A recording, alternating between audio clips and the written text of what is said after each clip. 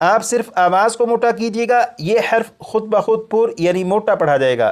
اس لیے اس حرف کو پڑھنے کے لیے دو باتوں کا خیال رکھیے گا۔ نمبر ایک، زبان کی نوک اوپر سامنے کے دو دانتوں کی جڑ سے لگا کر پڑھے گا۔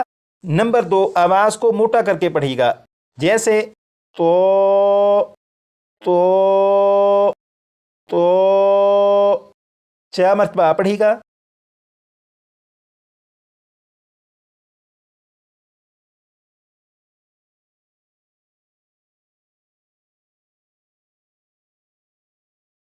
یہ جو 3 حروف ہیں، ان 3 حروف کو پڑھنے کا طریقہ آپ کو معلوم ہو چکا۔ آپ اپنے طور پر ان کی بھرپور پریکٹس کر لیجیے گا۔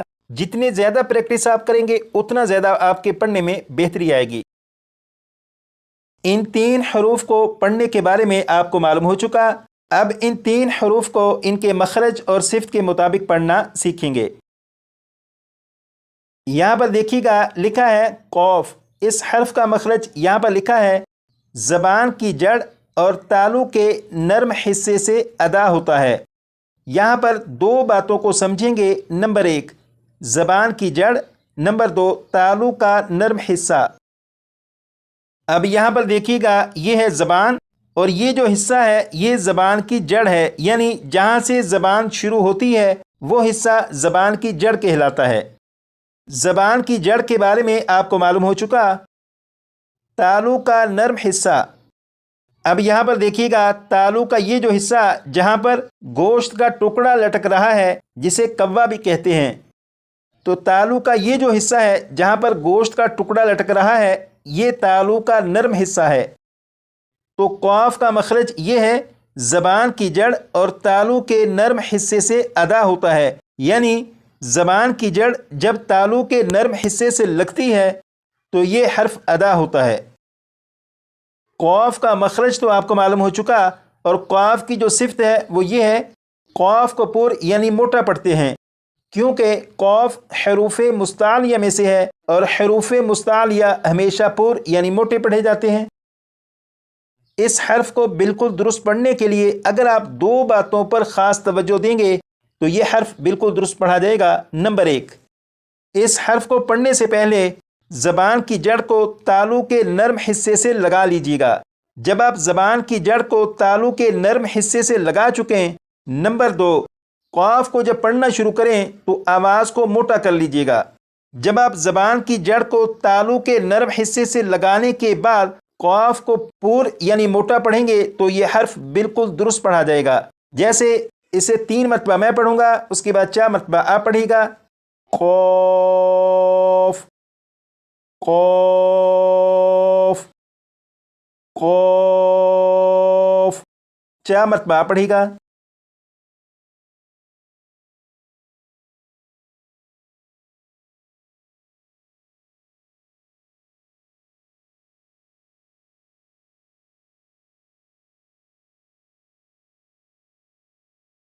اب یہاں پر دیکھیں یہ جو حرف ہے اس کا مخرج یہاں پر لکھا ہے زبان کی جڑ اور تالو کے سخت حصے سے ادا ہوتا ہے۔ یہاں پر بھی دو باتوں کو سمجھیں گے۔ نمبر ایک، زبان کی جڑ، نمبر دو، تالو کا سخت حصہ۔ زبان کی جڑ کے بارے میں تو آپ کو معلوم ہے کہ یہ جو حصہ ہے یہ زبان کی جڑ ہے، یعنی جہاں سے زبان شروع ہوتی ہے اسے زبان کی جڑ کہتے ہیں۔ اور تالو کا جو سخت حصہ ہے یہاں پر آپ دیکھیں جہاں پر تالو کا نرم حصہ ہوتا ہے اس سے تھوڑا سا آگے تالو کا سخت حصہ ہوتا ہے۔ تو کاف کا مخرج یہ ہے زبان کی جڑ اور تالو کے سخت حصے سے ادا ہوتا ہے۔ اس حرف کا مخرج تو آپ کو معلوم ہو چکا، اور اس کی صفت یہ ہے کہ اس حرف کو باریک پڑھا جاتا ہے۔ باریک پڑھنے سے مراد یہ ہے کہ جو آپ کی نارمل آواز ہے جب آپ نارمل آواز میں پڑھیں گے تو یہ حرف باریک پڑھا جائے گا۔ اس حرف کی ادائیگی بالکل مشکل نہیں، یہ حرف آپ یقیناً پہلے بھی درست پڑھتے ہوں گے۔ اب اس حرف کو 3 مرتبہ میں پڑھوں گا اور 4 مرتبہ آپ پڑھیے گا، جیسے کاف کاف کاف، 4 مرتبہ آپ پڑھیے گا۔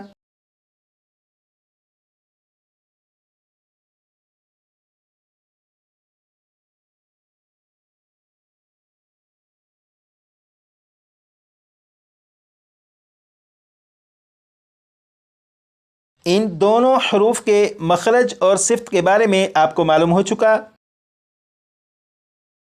اب یہاں پر دیکھیں، یہ لکھا ہے ضاد، اور اس حرف کا مخرج یہاں پر لکھا ہے زبان کی کروٹ اور اوپر کی داڑھوں کی جڑ سے ادا ہوتا ہے۔ یہاں پر بھی دو باتوں کو سمجھیں گے۔ نمبر 1 زبان کی کروٹ، نمبر 2 اوپر کی داڑھوں کی جڑ۔ سب سے پہلے زبان کی کروٹ کے بارے میں، اب آپ یہاں پر دیکھیں، یہ ہے زبان، اور یہ جو گرین کلر کا حصہ ہے یہ زبان کی کروٹ کو ظاہر کر رہا ہے۔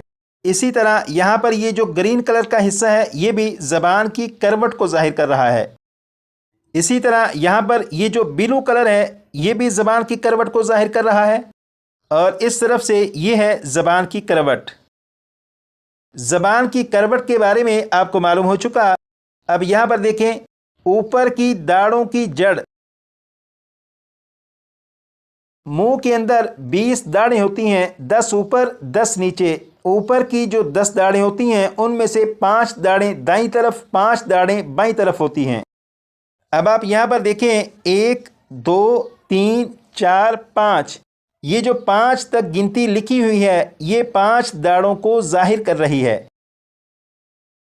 یہ جو حرف ہے اس حرف کا مخرج یہاں پر لکھا ہے زبان کی کروٹ اور اوپر کی داڑھوں کی جڑ سے ادا ہوتا ہے۔ اس کا مطلب یہ ہے کہ زبان کی کروٹ اوپر کی داڑھوں کی جڑ سے جب لگتی ہے تو پھر یہ حرف ادا ہوتا ہے۔ اس حرف کا مخرج آپ کو معلوم ہو چکا، اور اس حرف کی صفت یہ ہے کہ اس حرف کو پر یعنی موٹا پڑھا جاتا ہے، کیونکہ یہ حرف حروف مستعلیہ میں سے ہے، اور حروف مستعلیہ کو ہمیشہ ہر حالت میں پر یعنی موٹا پڑھا جاتا ہے۔ اس حرف کو بالکل درست پڑھنے کے لیے آپ دو باتوں کا خاص خیال رکھیے گا۔ نمبر 1، اس حرف کو پڑھنے سے پہلے زبان کی کروٹ کو اوپر کی داڑھوں کی جڑ سے لگا لیجیے گا۔ نمبر 2، اس حرف کو جب آپ پڑھنا شروع کریں تو آواز کو موٹا کر لیجیے گا۔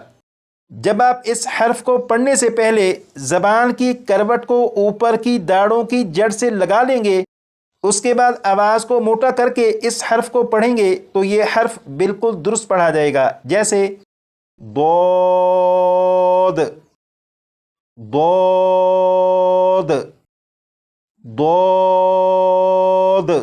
کیا مرتبہ پڑھے گا؟